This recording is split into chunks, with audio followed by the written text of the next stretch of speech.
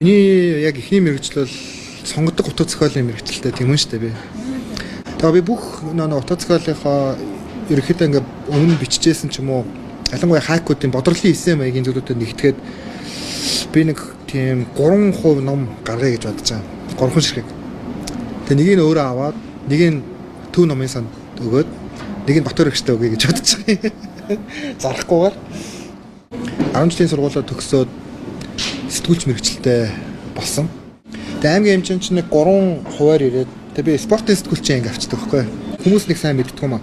Тэр богино мөртөө тийм хайкунууд байдаг. Хайку гэдэг бол 3 мөрчлөгийн төр шүү дээ. Тэгээ тэр нь баг ахтай их тийм дуртай байдаг. Үсээ гүн ухааны тийм эсэнүүдэд нь.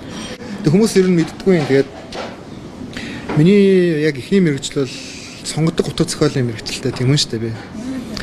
Миний яг ихний мэргэжил бол сонгодог утга зохиолын мэргэжилтэй тийм үү шүү дээ би. Багш маань бас ингээд уулзлаар жоохон зэмэлдэг. Чи уул нь болсон ингээд авьяастай байсан тэгээд ингээд чи ямар нэгэн байдлаар утга зохиолын чиглэлийн ном гаргасангүй дээ. Дандаа ингээд нийгэм улс төрийн чиглэлийн ном бичээд яваад их юм аа гэдэг. Тэгээ би бүх утга зохиолынхоо ерөнхийдөө ингээд өмнө бичижсэн ч юм уу ялангуяа хайкуудын бодролын эсэ маягийн зүйлүүдэд нэгтгэхэд би нэг тийм 3% ном гаргая гэж бодож байгаа. 3 ширхэг.